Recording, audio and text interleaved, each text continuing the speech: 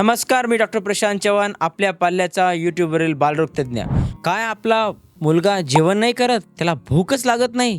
Sir, त्याला please tonic द्या ना, त्याला भूक लागली पाहिजे, त्याने किती खाल्लं पाहिजे, तो जेवणच करत नाही सर, दिवसभर जेवण करत नाही, आज सकाळपासून त्याने काहीच खाल्लं नाही आहे. असे प्रश्न घेऊन आमच्याकडे खूप पालक येतात. काय तुम्हाला पण हे प्रश्न आम्हाला विचारायचे आणि याचं कारण जाणून घ्यायचं आहे, याच्यावर उपचार पाहिजे, टॉनिक पाहिजे, तर हा व्हिडिओ तुमच्यासाठी आहे. नक्की बघा हा व्हिडिओ.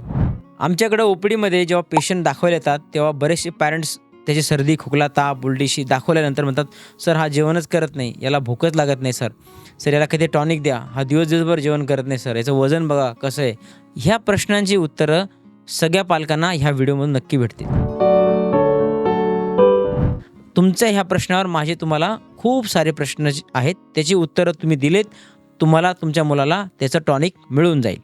तर आता सर्वप्रथम मला सांगा, तुम्ही माझ्याकडे जेव्हा चेक करायला येतात, एखाद्या बालरोग तज्ञाकडे जेव्हा जातात, तेव्हा आम्ही सर्वप्रथम त्याच्या वयानुसार त्याची हाईट, त्याचं वजन कसं आहे प्राथमिकता बघतो.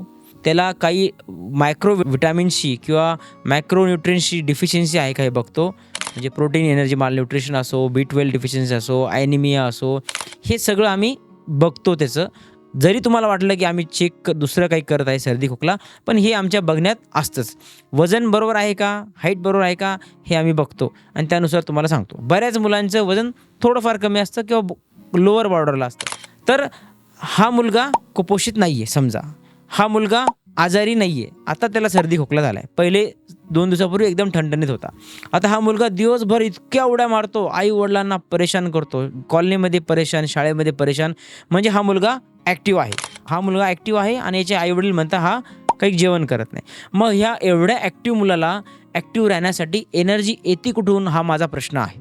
ठीक आहे. दुसरा प्रश्न, जर हा मुलगा खात नाही, म्हणजे त्याला ॲनोरेक्झिया आहे, म्हणजे भूक न लागण्याचे लक्षण त्याला आहे, तर ह्या मुलाला काही भयंकर आजार झाला आहे का मागच्या 6 महिन्यात, 1 वर्षात, मागच्या महिन्यामध्ये?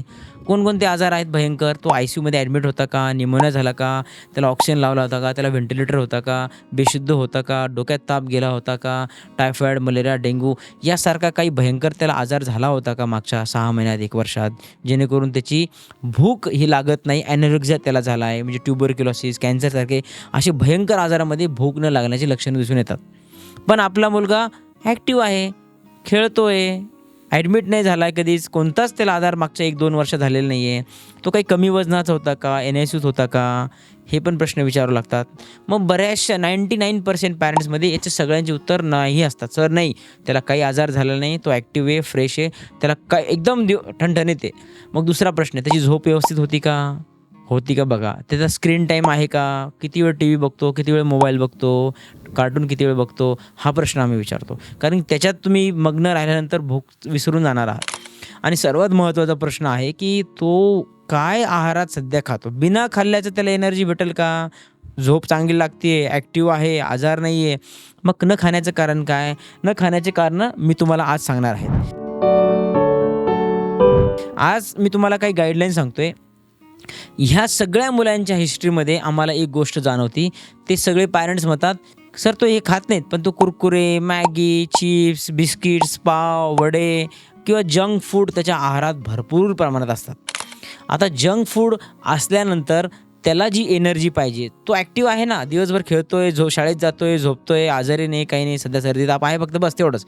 बाकी तो एकदम ठणठणीत आणि वजन वाढत नाही आहे, हे कारण असतं. मग त्याला एनर्जी भेटते, पण ती अंगी लागत नाही आहे. आता आहार हा जो आहे ना, सकस असला पाहिजे, त्याच्यामध्ये नुसती एनर्जी म्हणजे शुगर नाही पाहिजे. आणि जंक फूडमध्ये काय आहे, शुगर आणि भरपूर सारं तेल, त्याच्यामध्ये बाकी प्रोटीन्स, प्रथिने फार कमी आहेत, मिनरल्स, विटॅमिन्स, मायक्रोन्यूट्रियन्स काहीच नाही आहेत. त्यामुळं त्याचा सकस आहार नसल्यामुळं त्याला एनर्जी भेटते ॲक्टिव्ह राहण्यासाठी, पण त्याला वजन वाढीसाठी लागणारे प्रथिने, प्रोटीन्स, मायक्रोन्यूट्रियंट्स हे त्याला भेटत नाही आहे, त्याच्यामुळं त्याचं वजन वाढत नाही आहे. तर आता एक साधारणतः रफ गाईडलाईन तुम्हाला सांगतो मी, की कसं कॅलरी डिस्ट्रिब्युशन कसं असतं. जर त्या मुलाला कॅलरी भेटत नाही आहे रोजच्या दैनंदिन लागणाऱ्या, तर त्याचं वजन कमी होत जाईल. 1 महिन्यात त्याचं वजन खूप कमी होऊन जाईल, पण त्याचं वजन कमी होत नाही, वाढत नाही आहे. कमी होत नाही आहे, वाढत नाही आहे सर, तेवढंच राहते बऱ्याच दिवसापासून. त्याचे कारणं काय? आता किती कॅलरीज पाहिजे तुमच्या मुलाला, थोडंफार व्हॅरी होईल, पण एक जनरल गाईडलाईन सांगतो. 2 वर्षाचं मुलगा किंवा मुलगी असो, त्याला जवळपास 1000 किलो कॅलरीज पर डे लागतात सगळं. 5 वर्षाचा मुलगी असली तर त्याला 1400 कॅलरीज लागतात. जर तो फार ॲक्टिव्ह असला तर, तो जरा कमी आउटडोर ॲक्टिव्हिटी करतोय, कमी गेम खेळतोय, शांत आहे, सिडेंटरी लाईफस्टाईल आहे, तर त्याला 1200 कॅलरी लागतात. 8 वर्षाला 1600 आणि 1400 कमीवाला आणि जास्तवाला मुलगा. 10 वर्षाला 1800 ते 1600 कॅलरी, 12 वर्षाला 2000 ते 2200, 15 वर्षाला 2200 ते 2500 कॅलरी. म्हणजे जास्त कधी जो जास्त ॲक्टिव्ह मुलगा असला, स्पोर्ट्स खेळत असला, जिमनॅस्टिक असला, आउटडोर ॲक्टिव्हिटी जास्त असतील तर त्याला जास्त कॅलरी लागतील. तर हे रफ कॅल्क्युलेशन आहे. तर आता तुमचं 2 वर्षाचं बाळ आहे समजा उदाहरणार्थ, तर त्याला 1000 कॅलरी पर डे लागतात. जर त्या रोज नाही भेटल्या तर त्याचं वजन काही कालांतरात, काही 15-20 दिवसात, 1 महिन्यात कमी व्हायला लागेल. 5 वर्षाचा मुलगा आहे, त्याला 1400 कॅलरी पर डे नाही भेटल्या तर त्या कमी होणार. आता कॅलरी कशा आल्या पाहिजे? आता मला ह्या सगळ्या पॅरेंटला सांगायचं की तुम्ही काय खाऊ घालताय, बाहेरचं घरचं, हे तुम्हाला एक रफ आयडिया आली पाहिजे. आणि हे जे पॅकेटवर जे स्टिकर असतात मागं लिहिलेलं असतं कॅलरी कंटेंट, न्यूट्रिएंट व्हॅल्यू, ते सगळं वाचायला तुम्ही रीड करणं चालू करा. तर तुमचे डोळे उघडून जातील की आपण किती सारी शुगर, किती सारी कॅलरी फुकटच्या आपल्या मुलाला देतोय. त्याच्यामुळे त्याला एनर्जी भेटते, वजन नाही वाढत आहे, फक्त एनर्जी भेटते, वजन नाही वाढत आहे, अंगी लागत नाही आहे. तर 1 कप दूध तुम्ही पाजलं 250 mlचं तर तुम्हाला 100 ते 150 कॅलरी भेटतात, व्हॅरी होतात. त्याच्यातून 8 ग्रॅम प्रोटीन तुम्हाला भेटतात. त्याच्यानंतर जर तुम्ही 1 चपाती दिली तर तुम्हाला 100 ते 125 कॅलरी भेटतील. त्यात तुम्हाला 3 ग्रॅमच्या आसपास प्रोटीन भेटेल.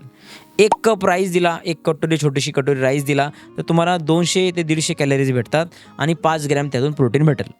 आणि 1 कप डाळ दिली म्हणजे 100 मिलीग्रामचे असेल तर तुम्हाला 20 ते 15 त्या ग्रामपर्यंत प्रोटीन भेटतील आणि 200 ते 250 किलो कॅलरीज भेटतील. तर आता तुमचा मुलगा किती पोळे खातोय, म्हणजे 1 पोळी म्हणजे किती सांगितलं मी, 125 किंवा 100 कॅलरीज पकडा.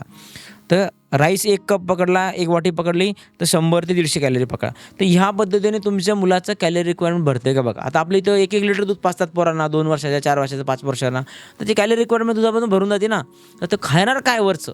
तर 5-5, 4-4 ग्लास दूध पाजलं तर त्याच्या 150 कॅलरी पर ग्लासनुसार तर त्याच्या जवळ 700-800 कॅलरी इथंच झाल्या. वरचं तो 2-3 बिस्किट खातोच, झाल्या 1000 कॅलरी 2 वर्षाच्या बाळाच्या. तर तो जेवण काय करेल वरचं? त्याची एनर्जी रिक्वायरमेंट बॉडीची ती फुलफिल होती आहे. बॉडीला एनर्जी लागली तर भूक 100% लागणार. कारण की तुमचा मुलगा आजारीच नाही आहे, त्याला आजारच नाही आहे, मागचे 1 वर्ष झालेलं नाही आहे, ॲक्टिव्ह आहे, फ्रेश आहे, खेळतोय, झोप चांगली आहे, काहीच लक्षण नाही आहे. मग त्याला एनर्जी लागली तर त्याची बॉडी डिमांड करेल. मग ती बॉडी डिमांड का करत नाही? कारण तुम्ही त्याला एनर्जी देत आहेत. तुम्हाला अजून दाखवून देते एनर्जी कशी जाते. हा छोटा बिस्किटचा पुडा आहे, मी कोणत्याही कंपनीचं नाव घेत नाही, पण तुम्ही समजून घ्या. उदाहरणार्थ गुड डेचा आहे, याच्यामध्ये 35 ग्रॅमचा आहे, 6 बिस्किट आहेत, तर 176 किलो कॅलरीज येतात. याच्यामध्ये मागं जाऊन लपून ठेवलेल्या ठिकाणावर तुम्ही जाऊन त्याच्या कॅलरीज किती असतात ती जाऊन वाचू शकतात. 176 कॅलरी म्हणजे जवळपास 1.5 ते 2 पोळी. तुमचा मुलगा हा बिस्किट, 5 वर्षाचा मुलगा हा बिस्किट पुडा छोटा लगेच खाऊन टाकतो चहासोबत, आणि त्या चहासोबत किंवा दुधासोबत परत 150 कॅलरीज आहेत. याच्या जवळपास 200 कॅलरीज झाल्यास 200 आणि 350 कॅलरी झाल्या. जर तुम्हाला एवढं बिस्किट पुडा आणि पोळीचं कंपॅरिझन करायचं असेल तर जवळपास 1.5 ते 2 चपात्या खाव्या लागतील, म्हणजे एवढी एनर्जी भेटेल. आणि याच्यामध्ये शुगर, भयंकर प्रमाणात शुगर आहे. तर एका बिस्किटामागं जवळपास 30 ते 35 कॅलरीज तुम्हाला भेटतात. तर ह्याप्रमाणे 1.5 तुमच्या पोळी पोरं कधीच खाणार नाही, 2 पोळी कधीच खाणार नाही 3-4 वर्षाचा मुलगा. पण 3-4 वर्षाचा मुलगा हा बिस्किट छोटा पुडा 1 मिनिटात संपवून टाकेल, ते पण दुधासोबत. त्यात पण साखर टाकलेली असते, त्यात पण चहा असतो, त्यात पण साखर टाकलेली असते. तर 200 ते 150 कॅलरीज त्या, आणि ह्या 200 कॅलरीज 400 कॅलरी झाल्या. त्याला 4 तास भूक लागणार नाही.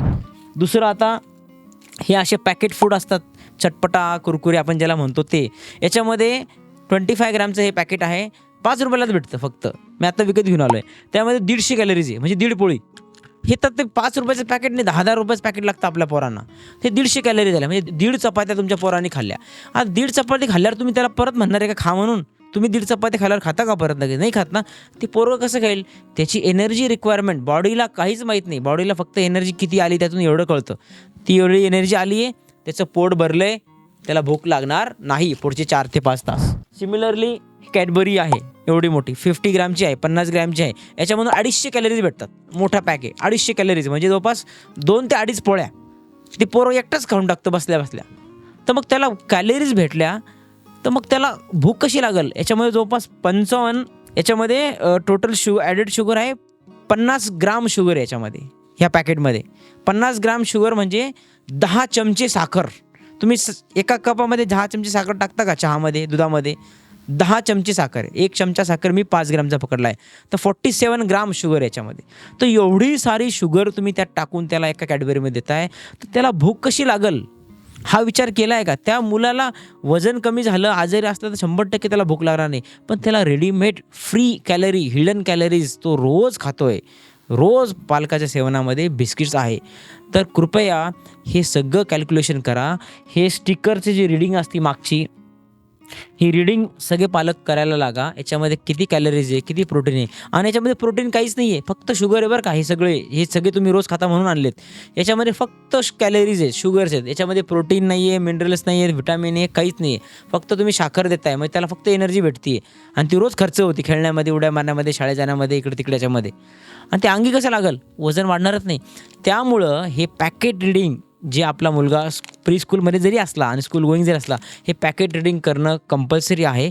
किती खातो, काय खातो, आणि सकस आहार, त्याच्यामध्ये कार्बोहायड्रेट, प्रोटीन, मिनरल्स, फॅट्स, हे सगळ्या प्रमाणाचं एक समतोल आहार मुलांना दिला पाहिजे, जो आपल्या फ्रेश बनवलेल्या घरच्या आहारामध्येच भेटेल. तर हे तुम्ही बंद करून बघा. 15 दिवसाचा चॅलेंज करून बघा सगळे लोक. 15 दिवस हे सगळे बंद करा, तुमचा मुलगा आहार खायला लागेल. दुसरी महत्त्वाची गोष्ट, याची टेस्ट आणि तुमची टेस्ट घरच्याची पोळी भाजीची ती वेगळी असते. याची खूप चटपटा असते, ते घरची जरी चटपटा नसते तर काही दिवस मुलगा त्रास देईल खाण्यासाठी. पण त्याला तुम्ही सवय लावली, ऑप्शन दिले नाही, किंवा 15 दिवसातून एकदा हे खायला सांगितलं, तर तो मुलगा नक्कीच स्लोली काही दिवसामध्ये, काही महिन्यांमध्ये तो 100% घरचा आहार खायला लागेल. कारण की बॉडीला तर गरज आहे ना, बॉडी डिमांड करणार आहे. तुमचा मुलगा आजारी तर नाही आहे. त्यामुळं हे पालकांनी, जे हुशार पालक आहे, जे गुगल, यूट्यूब हे सगळं बघतायत, त्यांनी तरी हे डोळे उघडून आपल्या पालांना हा सकस आहार द्यावा. ह्या हिडन कॅलरीजमधून भयंकर प्रमाणात शुगर चालली तुमच्या मुलांना, त्याच्यामुळे त्यांना भूक लागत नाही, त्यांची वाढ होत नाही, ग्रोथ होत नाही. अजून खूप सारे साईड इफेक्ट पण आता आपल्याला मुलांमध्ये दिसायला लागले. तर हा, जर तुमच्या बाळाला भूक लागत नाही म्हणताय, वजन वाढत नाही म्हणताय, तर हा व्हिडिओ नक्की बघा, आणि त्याचं कारण तुम्हाला ह्या व्हिडिओमधून नक्की भेटेल. तर तुमच्या सगळं फ्रेंड सर्कलमध्ये हा व्हिडिओ शेअर करा, आणि जे लोक हे कॅडबरी वगैरे ॲडिक्शन आहे त्यांना तर स्पेसिफिकली हा व्हिडिओ पाठवाच, आणि त्यांना कळू द्या की आपण काय आपल्या मुलासोबत खेळ खेळतोय, कॅलरीजचा किंवा एनर्जीचा. एक सकस आहाराकडे आपल्याला कसं शिफ्ट होता येईल. ही प्रोसेस, सकस आहारात शिफ्ट होण्याची प्रोसेस खूप त्रासदायक असू शकते, पण तुम्हाला ते तुमच्या मुलाच्या पुढील भवितव्यासाठी, शारीरिक आणि मानसिक हेल्थसाठी ते तुम्हाला करावं लागेल. 2-3 महिने पण लागू शकतात, पण तुम्ही कन्सिस्टंट राहिला तर मुलगा पण 100% ते सकस आहाराकडे येईल, आणि घरचं फ्रेश ताजं बनवलेलं तो आहार खायला लागेल. तर आजचा व्हिडिओ कसा लागला कमेंटमध्ये लिहून सांगा. थँक्यू.